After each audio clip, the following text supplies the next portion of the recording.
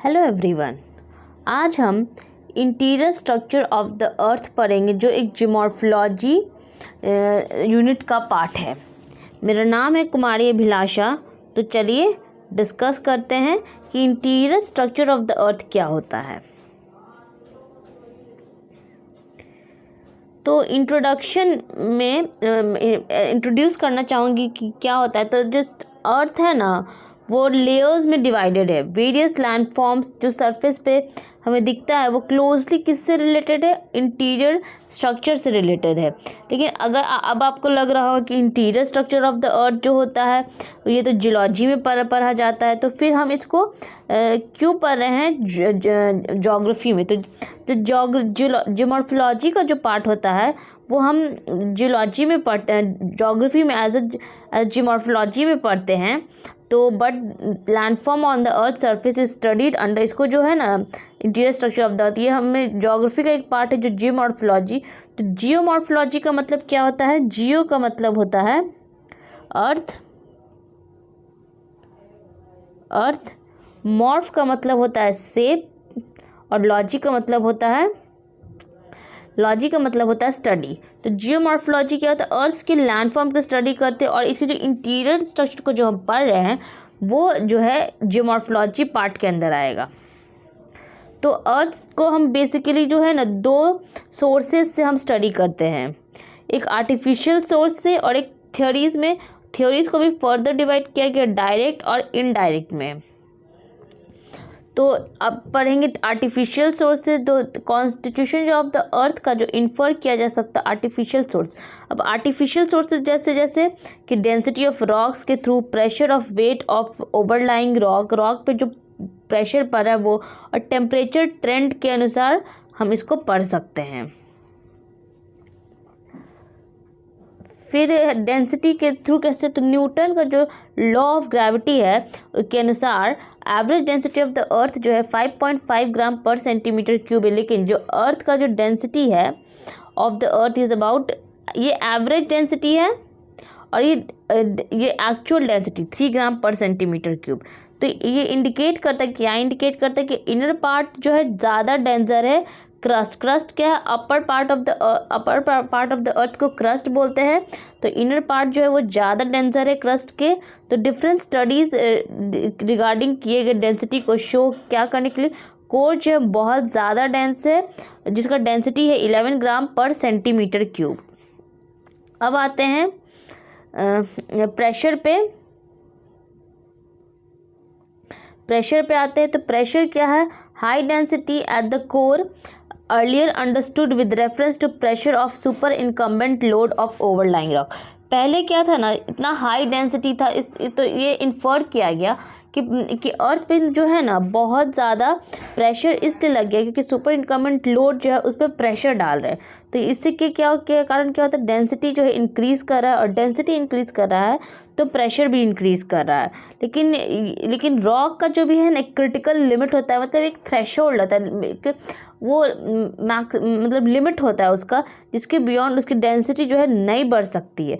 तो इससे इन्फर क्या किया गया कि वेरी हाई डेंसिटी जो है ना not due to superincumbent load, superincumbent load के कारण वेरी हाई डेंसिटी नहीं है। इन्फर क्या किया गया कि हाई डेंसिटी जो है result of constituent of heavy metallic material of high density such as iron and nickel, जिसको नाइफ बोलते हैं। इनर कोर में क्या है? आयरन और निकल बहुत ही ह्यूज अमाउंट में पाया जाता है, जिसके कारण very heavy material of high density के कारण ही हमारा अर्थ जो है इतना डेंस है इनर पार्ट में। फिर क्या इन्फ्लुएंस किया गया? Validated on the geocentric magnetic field. फिर टेम्परेचर के बारे में जानते हैं कि टेम्परेचर जो है ना इंक्रीज़ करता है 1 डिग्री सेल्सियस एवरी 32, जितने हम 32 मीटर डेप्थ पे जाएंगे ना तो 1 डिग्री सेल्सियस क्या होगा? बढ़ेगा। इसी राइज ऑफ टेम्परेचर के कारण अर्थ जो है जितने नीचे आप जाएंगे ना, सरफेस ऑफ द अर्थ का क्या है? वो यूनिफॉर्म नहीं है। पहले 100 किलोमीटर में 12 डिग्री सेल्सियस पर किलोमीटर राइज होता है, फिर 2 डिग्री सेल्सियस पर किलोमीटर राइज होता है, फिर 1 डिग्री सेल्सियस पर किलोमीटर डेप्थ में राइज होता है। तो relatively higher temperature is found in tectonically active reach. जो टेक्टोनिकली एक्टिव रीजन है, जो ज़्यादा एक्टिव, जहाँ बहुत सारे इरप्शंस होते हैं, अर्थक्वेक्स आते हैं, तो वहाँ पे जो टेम्परेचर ज़्यादा हाई होते हैं। तो flow outward in the interior of the earth takes place in the form of thermal convective current. Thermal convective current जो आउटवर्ड इंटीरियर है उसका फॉर्म ले लेता है। This fact become more clear since the plate tectonic theory come into vogue. जब plate tectonic theory को introduce किया गया साइंटिस्ट के द्वारा, रिसर्चर्स के द्वारा, तो ये और क्लियर हुआ कि जो हमारा अर्थ है वो किससे बना हुआ है। फिर आता है evidence from the theories of the. अब अर्थ को ओरिजिन जानने के लिए, अर्थ के स्ट्रक्चर को, इंटीरियर स्ट्रक्चर को जानने के लिए बहुत सारे थ्योरीज इंट्रोड्यूस किए गए। तो प्लैनेटेसिमल हाइपोथेसिस स्टेट करता है कि originated due to accretion and aggregation of solid dust particle, जो known as solid dust particle के अग्रीगेशन और अक्रीशन, जिसको क्या बोलते हैं, इसको प्लैनेटेसिमल बोलते हैं, उसके दौरान बनाया गया। फिर based on this it was formulated that core of the earth is solid. जो अर्थ का जो कोर है, अर्थ है, ये कोर है, इसका कोर क्या है, सॉलिड है। और जो whereas based on the, लेकिन जबकि tidal hypothesis and nebular hypothesis state करता है कि जो कोर क्या है, ये लिक्विड है। तो ये सब थ्योरीज है, इसमें हम कोई कॉन्ट्रडिक्शन नहीं कर सकते, क्योंकि अपने अपने जो साइंटिस्ट वो अपने रिसर्च के अनुसार थ्योरीज प्रपोज करते हैं। तो ये एज अ थ्योरी कर लीजिए, इसमें इतना ज़्यादा क्यों क्या नहीं करना है कि ये तो नहीं है अभी हम पढ़ रहे, प्रेजेंट डे में तो ऐसे नहीं होता है। बस थ्योरी है, तो इसके अकॉर्डिंग हमें इसको जान लेना, इसके नेम्स को जान लेना, और ये क्या स्टेट करे ये जान लेना है। अब डायरेक्ट सोर्स में हम कैसे पढ़ेंगे, तो वल्केनिसिटी और रॉक्स जो है ये डायरेक्ट सोर्स बताते हैं इंटीरियर स्ट्रक्चर ऑफ द अर्थ को। तो चलिए वल्केनिसिटी के बारे में पढ़ते हैं। वल्केनिसिटी क्या है, molten lava coming out of volcano. जो ये वल्केनो है, इससे जो लावा निकल रहा है वोल्केनिक इरप्शन इंडिकेट करता है कि अर्थ क्रस्ट जो है ना वो लिक्विड में है या सेमी लिक्विड स्टेट में है, जिसको क्या बोलते हैं, मैग्मा चैम्बर बोलते हैं। बट जो इसका इनर स्ट्रक्चर है वो कैन नॉट एक्सप्लेन सेटिस्फैक्टरीली, मतलब जो इसका इनर पार्ट है, जो सबसे नीचा वाला पार्ट है, उसको सेटिस्फैक्टरीली एक्सप्लेन नहीं किया जा सकता है वोल्केनिसिटी के थ्रू। फिर रॉक फ्रॉम माइनिंग एरियाज, तो डीप ओशन ड्रिलिंग से रिवील किया ह्यूमंगस मीन्स वेरी ह्यूज और very large through analysis of material called collected at different depth. तो surface rock rarely available earth material gold mine go to a depth of 5 kilometre. There serves as a good source for study of earth interior. Gold mining करने के लिए 5 kilometres, तो ये एक बहुत अच्छा source है अर्थ के इंटीरियर को स्टडी करने के लिए। फिर आता है इनडायरेक्ट सोर्स में जैसे एक्स्ट्रा टेरेस्ट्रियल, जो इनडायरेक्टली, जो डायरेक्टली हम नहीं पढ़ सकते, जो जैसे मीटियोर्स के थ्रू हम जैसे एक्स्ट्रा टेरेस्ट्रियल मासेस से हम जानते हैं कि जो मटेरियल स्ट्रक्चर जो अर्थ के सिमिलरली इंफॉर्मेशन देती है कि अर्थ जो किस चीज़ से बना था, किस चीज़ से वो फॉर्म हुआ था। फिर आता है ग्रेविटेशनल फोर्स जो अर्थ एग्जर्ट करता है अपने range is not same all along latitude, same नहीं है सारे लैटिट्यूड भी। ये जो है पैरेलल लाइन जो है, हॉरिजॉन्टल लाइन जो है, पैरेलल हॉरिजॉन्टल लाइन जो है, ये है लैटिट्यूड,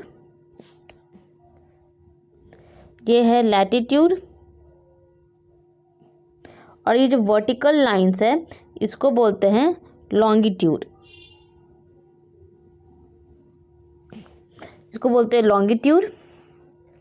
तो it is variable over different pole पे डिफरेंट ग्रेविटेशनल फोर्स लगता है। Observation suggest that gravitational force is greater. Gravitational force सबसे ज़्यादा कहाँ है, पोल्स पे, और सबसे मिनिमम कहाँ, इक्वेटर पे।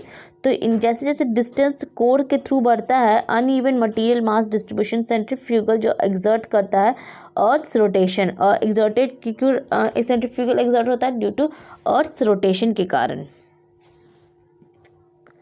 फिर मैग्नेटिक सर्वे भी किया गया जिससे पाया गया डिस्ट्रीब्यूशन ऑफ मैग्नेटिक मटेरियल, जो आइडिया क्या देते हैं magnetic field of earth indicate क्या करते हैं density and type of material present in the interior of the अर्थ। मतलब जो मैग्नेटिक सर्वे हुआ उससे पाया गया कि जो डिस्ट्रीब्यूशन ऑफ मैग्नेटिक मटेरियल है ना, इससे पता है कि मैग्नेटिक फील्ड अर्थ के अराउंड कैसा है, इसके ये इंडिकेट किया कि डेंसिटी कैसा है, विच टाइप ऑफ मटेरियल से बना हुआ ये बताया गया। फिर सिस्मोलॉजी क्या है? सिस्मोलॉजी है स्टडी ऑफ अर्थक्वेक।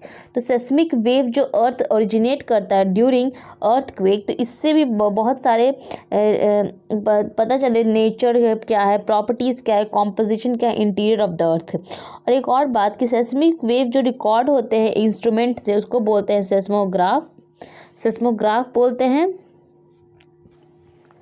अब आते हैं हम सेस्मिक वेव जो जनरेट होते हैं अकरेंस, उसको कितने कैटेगरी में डिवाइड कर सकते हैं? Primary wave, secondary wave and surface wave. Seismic wave को 3 कैटेगरीज में डिवाइड कर सकते हैं, primary wave, secondary wave and surface wave. फिर आता है प्राइमरी वेव क्या होता है? तो प्राइमरी वेव जो है ना सिमिलर या एनालॉगस है साउंड वेव के, और इसको लॉन्गिट्यूडनल, कंप्रेशनल वेव और पी वेव। तो आपको ये सब सिनोनिम्स जो है पी वेव को दूसरे नाम से क्या जानते हैं ये सब आपको पता होना चाहिए, क्योंकि जो एग्जामिनेशन में ज़रूरी नहीं है वो आपको पी वेव भी दे, वो आपको प्राइमरी वेव, कंप्रेशनल वेव या फिर लॉन्गिट्यूडनल वेव के नाम के थ्रू से भी क्वेश्चन पूछ सकता है। तो आपको इसके सिनोनिम्स भी, इसके ऑल्टरनेट नेम्स भी आपको पते होने चाहिए। तो इट कैन पास, ये जो पी वेव है ये सॉलिड में भी पास होता है और लिक्विड में भी पास होता है। तो स्पीड जो है ये जनरेट फास्टर करता है सॉलिड में और लिक्विड में। लिक्विड में सबसे ज़्यादा ये फास्ट होता है।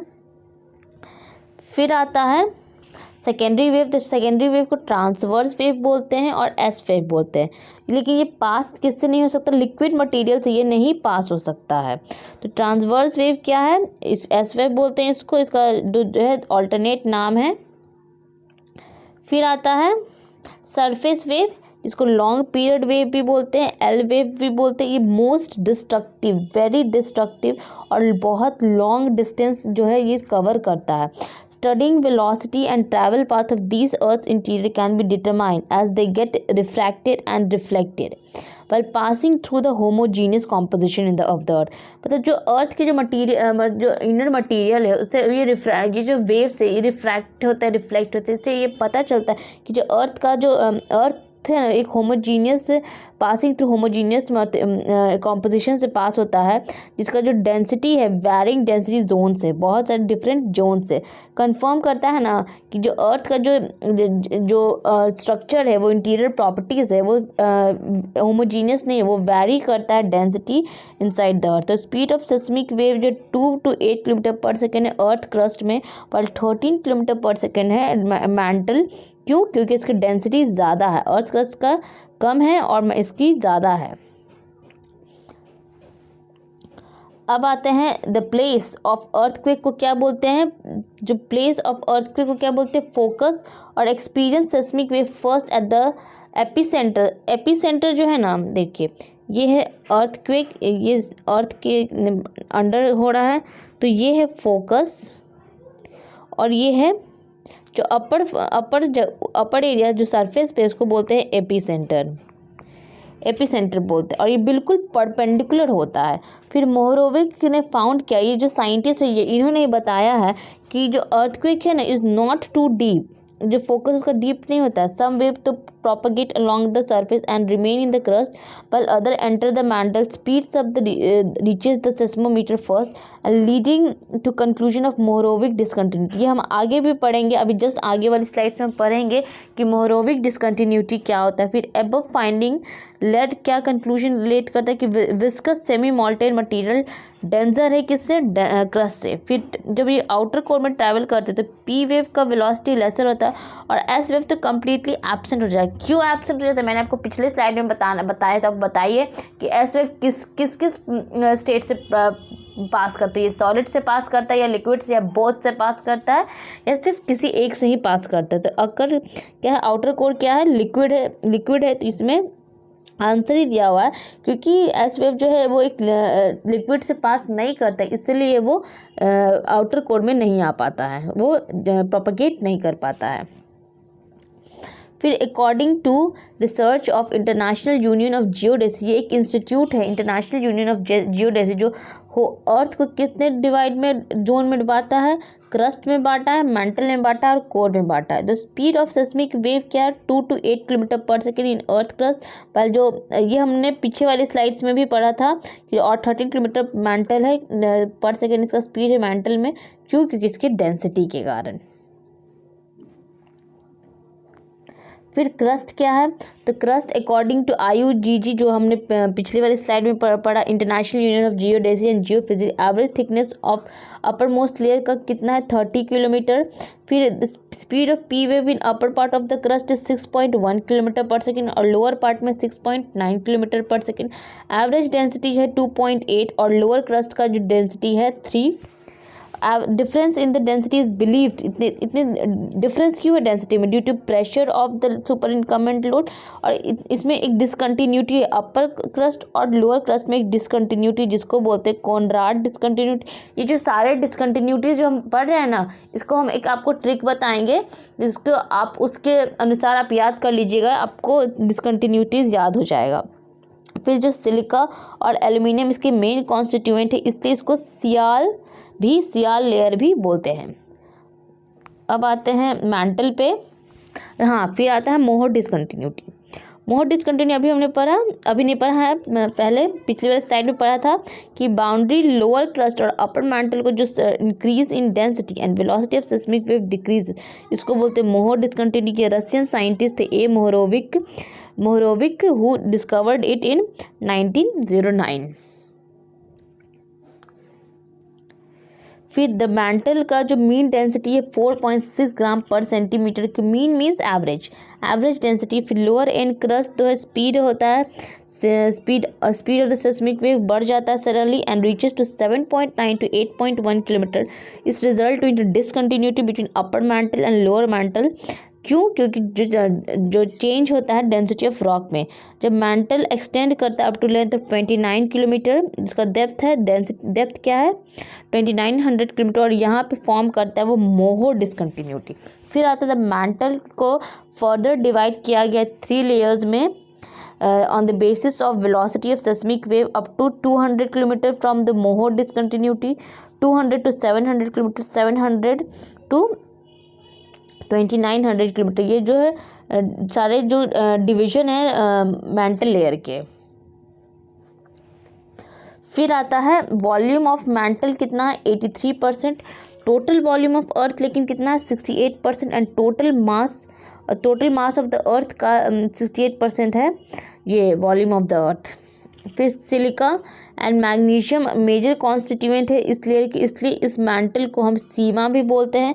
और 100 से 200 डेप्थ में अपर मेंटल का वेलोसिटी जो है स्लो हो जाता है 7.8 किलोमीटर, और इस जोन को बोलते हैं जोन ऑफ लो वेलोसिटी। और discontinuity between density between upper mental और लोअर मेंटल को क्या बोलते हैं, रैपिड डिसकंटिन्यूटी बोलते हैं। अभी तक हमने 3 डिसकंटिन्यूटीज पढ़ लिए हैं, वो है Conrad discontinuity, Mohorovicic discontinuity and rapid discontinuity. और अब एक और डिसकंटिन्यूटी पढ़ेंगे, अभी 2 और पढ़ना है हम लोग को डिसकंटिन्यूटी। तो ये मैंने एक डायग्राम लगा दिया है, आपको इजी होगा डायग्राम के थ्रू याद करने के लिए। जो देखिए ये जो शॉर्टकट है ना, इसका एक मैं शॉर्टकट लिख देती हूँ, रुकिए, हाँ लास्ट में लिख दूँगी या फिर यहाँ पे लिख देते हैं, कौन मारे गुलेल, कौन मारे गुलेल। तो कौन से आएगा कॉनराड, मारे यानी माँ से आएगा मोहविक, रे से आएगा रेपती, गुलेल यानी गटनबर्ग जो आगे पढ़ेंगे, और ले से आएगा लेहमान। कौन मारे गुलेल। तो सेस्मिक डिसकंटिन्यूटी है, कॉनराड डिसकंटिन्यूटी किसके बीच में पाया जाता है, अपर एंड लोअर क्रस्ट के बीच में। मोहविक डिसकंटिन्यूटी जो पाया जाता है अपर एंड लोअर मेंटल के बीच में। रैपिड डिसकंटिन्यूटी जो अपर मेंटल और लोअर मेंटल के बीच में पाया जाता है। और गटनबर्ग डिसकंटिन्यूटी है वो लोअर मेंटल और अपर मेंटल, और लेहमैन डिसकंटिन्यूटी है जो आउटर कोर और इनर कोर के बीच में पाया जाता है। आप चाहे तो इसका स्क्रीनशॉट भी ले सकते हैं, और अब मैं आपको सजेस्ट करना चाहूँगी कि आप इसका एक बार 1-2 बार डायग्राम बना के प्रैक्टिस करें, ताकि आपकी ये मेमोरी में में आपके लॉन्ग टर्म मेमोरी में स्टोर हो जाए ताकि आप इसको भूलें नहीं। फिर आता है कोर। तो lower end of floor mantle जो है वेलोसिटी पी वेव क्या होता है, सडनली बढ़ जाता है कितना, 13.6 किलोमीटर पर सेकेंड। ये शो क्या करता है कि डेंसिटी जो है ना वो जो है चेंज होता है डेंसिटी में। तो टाइप ऑफ डिसकंटिन्यूटी को क्या बोलते हैं, विचार्ड गटनबर्ग डिसकंटिन्यूटी। किसके बीच, लोअर मैंटल और अपर कोर के बीच में एक डिसकंटिन्यूटी जिसको विचार्ड गटनबर्ग यानी डिसकंटिन्यूटी बोलते हैं, जिसको मैंटल और कोर बाउंड्री भी बोलते हैं। कोर का जो up to a depth of 6371 kilometre from Gutenberg discontinuity and it is divided into two part 2900 kilometre to 500-150 kilometre and from 500-150 kilometre to 6371 kilometre. These parts को क्या बोलते हैं, आउटर कोर भी बोलते हैं और इनर कोर भी बोलते हैं। फिर आता है लास्ट डिसकंटिन्यूटी आता है। तो upper part of the core का डेंसिटी कितना है, 10 ग्राम पर सेंटीमीटर क्यूब और जिसको इंक्रीज करता है 13 ग्राम पर centimetre cube in the outer core, 13.6 ग्राम पर centimetre cube in the innermost part of the core. The density of the core is more than the double the density of the mantle as wave cannot penetrate the outer core. Discontinuity between outer core और inner को क्या बोलते हैं, Lehman. और inner core को solid है और density यहाँ सबसे ज़्यादा है। पी वेव का जो स्पीड कितना है 11.23 किलोमीटर पर सेकेंड। फिर वॉल्यूम ऑफ आउटर कोर कितना है 16%, बट इसका मास कितना है, मास ज़्यादा है 32.5% of the total mass of the earth. Though some silica is found in the inner core, लेकिन सबसे ज़्यादा मेन कॉन्स्टिट्यूएंट क्या है, निकल और आयरन, जिसको नाइफ भी बोलते हैं, नाइफ या नीफे आप कुछ भी बोल सकते हैं। तो थैंक यू, आज के लिए इतना ही। Please don't forget to like, comment, share and subscribe. तो जाते जाते हम आपको एक बार और ट्रिक बता देते हैं कि किस ट्रिक से आपको वो डिसकंटिन्यूटी याद रखना है। उसका होगा कौन मारे, ये मारे तो मतलब मोह है, लेकिन आपको बस इसको मारे मोरे कुछ भी बोल सकते हैं आप। कौन मारे गु लेल। तो कौन से आएगा कॉनराड, मो से आएगा मोहविक, रे से आएगा रेपती, गू से आएगा गटनबर्ग और लेल से आएगा लेहमैन। यानी कॉनराड जो है आउटर कोर, आउटर क्रस्ट और इनर क्रस्ट के बीच में है, और जो मोह है वो इनर क्रस्ट और अपर मैंटल के बीच में है, और रेपती जो है वो लोअर मैंटल और अपर मैंटल के बीच में है, और जो गुलेल है वो लोअर मैंटल और अपर कोर के बीच में, और जो लेहमैन है वो लोअर मैंटल, लोअर कोर और अपर कोर के बीच में है। आई होप आपको याद हो गया होगा। तो आज के लिए इतना ही। हमारे साथ जुड़े रहिए for further updates and for further videos. Thank you.